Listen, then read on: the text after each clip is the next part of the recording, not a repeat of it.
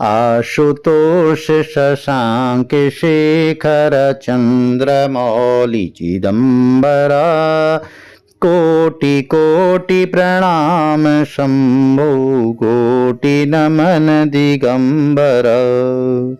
ओम नमः शिवाय। दोस्तों, हर हर महादेव। आज सावन महीने का सोमवार है। आप सभी को सावन सोमवार की बहुत बहुत शुभकामनाएं। आज का दिन देवादिदेव महादेव को समर्पित होता है। सोमवार के दिन जो भी भक्त सच्चे मन से, सच्चे भाव से, हृदय से देवादिदेव महादेव का पूजन करते हैं, पंचोपचार षोडशोपचार जैसे समय मिलता है, आप सबकी मनोकामनाएं अवश्य पूर्ण होती हैं। सोमवार का व्रत सामान्य तौर पर दिन के तीसरे पहर तक होता है और व्रत में फलाहार या पारण का कोई विशेष नियम नहीं होता है, लेकिन यह आवश्यक होता है कि दिन रात में केवल एक समय भोजन किया जाता है। सोमवार के व्रत में शिव जी, माता पार्वती और पूरे शिव परिवार का पूजन करना चाहिए। प्रिय बंधु, शिव पूजन के पश्चात सोमवार की व्रत कथा श्रवण करनी चाहिए। चलिए कथा आरंभ करते हैं। बोली गणेश जी महाराज की जय हो, बोली शंकर भगवान की जय हो, पार्वती मैया की जय हो। कथा के अनुसार एक धनवान साहूकार था, जिसके घर धन आदि किसी प्रकार की कभी कोई कमी नहीं रहती थी, परंतु उसको एक दुख था कि उसकी कोई संतान नहीं थी। वह इसी चिंता में दिन रात लगा रहता था और वह पुत्र की कामना के लिए सोमवार को शिव जी का व्रत और पूजन किया करता था। सायंकाल को शिव मंदिर में जाकर के शिव जी के श्री विग्रह स्वरूप के सामने दीप जलाया करता था और उसके इस भक्तिभाव को देख करके एक समय माता पार्वती ने शिव जी महाराज से कहा कि हे महाराज, यह साहूकार आपका अनन्य भक्त है और सदैव आपका व्रत और पूजन बड़ी श्रद्धा भाव से करता है, इसकी मनोकामना अवश्य पूर्ण करनी चाहिए। तो शिव जी ने कहा कि हे पार्वती, यह संसार कर्म क्षेत्र है। जैसे किसान खेत में जैसा बीज बोता है वैसा ही फल काटता है, और उसी तरह इस संसार में जैसा कर्म करते हैं वैसा फल भोगते हैं। तो माता पार्वती जी ने विशेष आग्रह से कहा कि महाराज, जब भी आपका बहुत बड़ा भक्त है, अनन्य भक्त है, तो इसको अगर किसी प्रकार का दुख होता है, कष्ट होता है, तो आपको उसका दुख अवश्य दूर करना चाहिए, क्योंकि आप सदैव अपने भक्तों पर दयालु होते हैं और उनके दुखों को दूर करते हैं। यदि आप ऐसा नहीं करेंगे तो मनुष्य आपकी सेवा और व्रत क्यों करेंगे।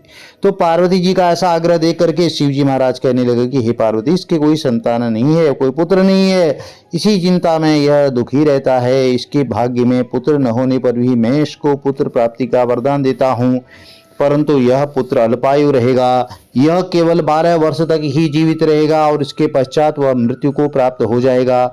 इससे अधिक मैं और इसके लिए कुछ भी नहीं कर सकता। यह सब बातें साहूकार सुन रहा था। इससे उसको न तो कुछ प्रसन्नता हुई और न ही कुछ दुख हुआ। वह पहले जैसा ही शिवजी महाराज का व्रत और पूजन करता रहा। कुछ काल व्यतीत हो जाने पर साहूकार की स्त्री गर्भवती हुई और 10 महीने उसके गर्भ से अति सुंदर पुत्र की प्राप्ति हुई। साहूकार के घर में बहुत खुशी मनाई गई, लेकिन साहूकार ने उसकी केवल 12 वर्ष की आयु जान करके कोई अधिक प्रसन्नता प्रकट नहीं की और ना ही किसी को भेद बताया। अब जब वह बालक 11 वर्ष का हो गया तो उस बालक की माता ने उसके पिता से विवाह आदि के लिए कहा, तो वह साहूकार कहने लगा कि अभी मैं इसका विवाह नहीं करूंगा, अपने पुत्र को काशी जी पढ़ने के लिए भेजूंगा।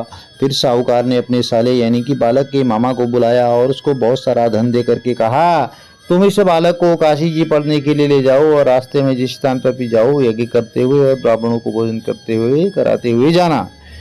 तो ये वह दोनों मामा मांझे यज्ञ करते ब्राह्मणों को भोजन कराते जा रहे थे। रास्ते में एक शहर पड़ा। उस शहर में राजा की कन्या का विवाह था और दूसरे राजा का लड़का जो विवाह कराने के लिए बारात लेकर आया था वह एक आंख से काना था। अब उसके पिता को इस बात की बहुत बड़ी चिंता थी कि कहीं वर को देख करके कन्या के माता पिता विवाह में किसी प्रकार की अड़चन पैदा ना कर दें।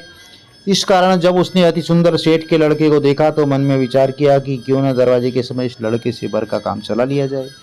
और ऐसा विचार करके वर के पिता ने उस पर जो है उसे बुलाया और उसको जो है कपड़े पहना करके वर के घोड़ी पर चढ़ा दिया। दरवाजे पर ले गए। सब कार्य प्रसन्नतापूर्वक हो गया।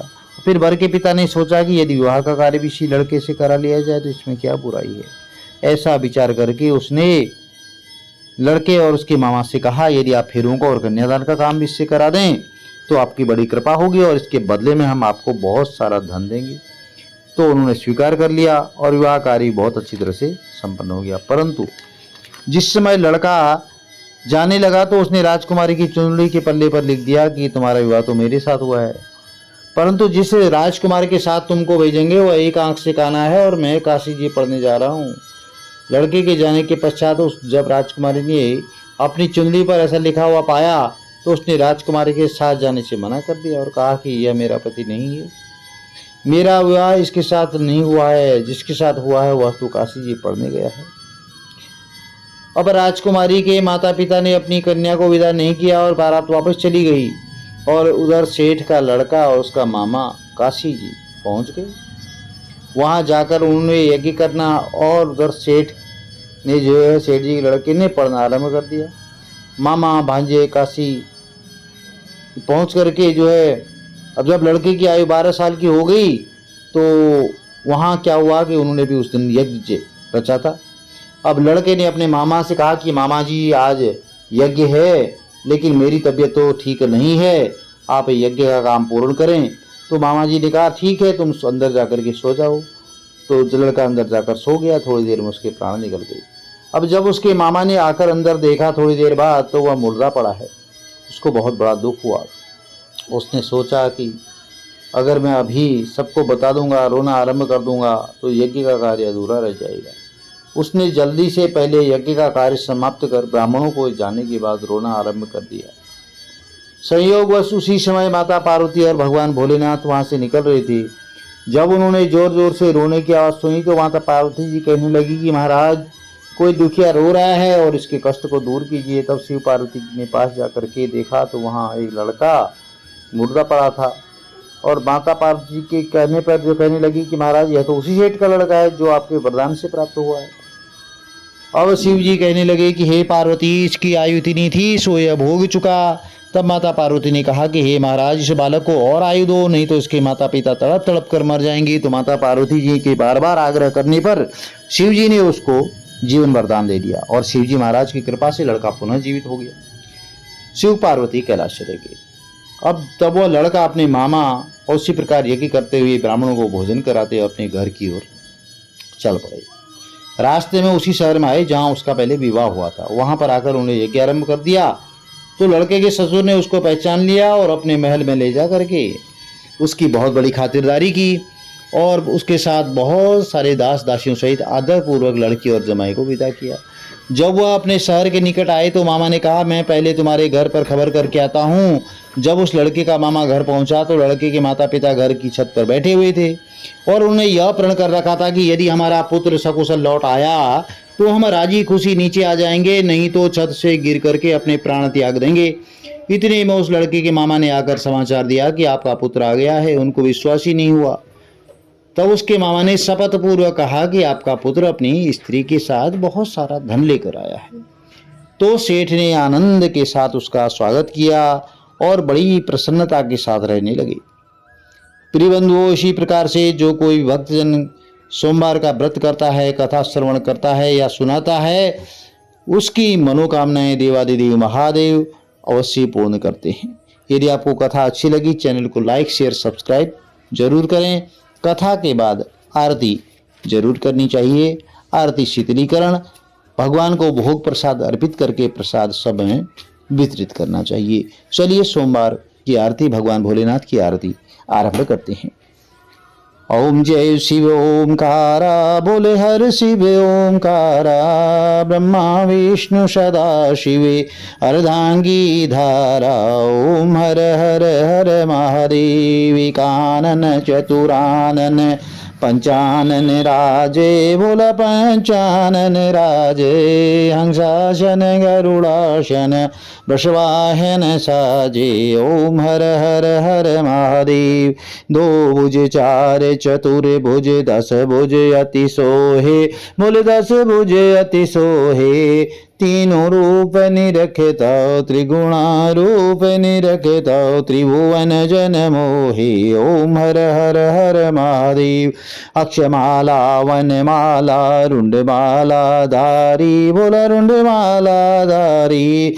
चंदन मृग मद सोहे, भाले शशिधारी ओम हर हर हर महादेव। श्वेतांबर पीतांबर बाघंबर अंगे मूलबाघंबर अंगे शनकादिक गरुड़ादिक भूतादिक संगे ओम हर हर हर महादेव। कर मध्य चकमंडल चक्र त्रिशूल धरता बोले चक्र त्रिशूल धरता जग करता जग भरता जग करता दुख हरता जग पालन करता ओम हर हर हर महादेव। ब्रह्मा विष्णु सदा शिव जानते अविवेका बोला जानत अविवेका प्रणवाक्षर के मध्य तीनों एका ओम हर हर हर महादेव। काशी में विश्वनाथ विराजत नंदो ब्रह्मचारी बोले नंदो ब्रह्मचारी नित्य उठे भोग लगावत नित्य उठे दर्शन पावत महिमायति भारी ओम हर हर हर महादेव। त्रिगुण स्वामी जी की आरती जो कोई नर गावे बोले प्रेम सहित गावे तत् शिवानंद स्वामी हरि हर स्वामी वांछित फल पावे ओम हर हर हर महादेव। ओम जय शिव ओमकारा बोले हर शिव ओमकारा ब्रह्मा विष्णु सदा शिव अर्धांगी धारा ओम हर हर हर महादेव। बोले श्री शंकर भगवान की जय। गणपति गजानन महाराज की जय।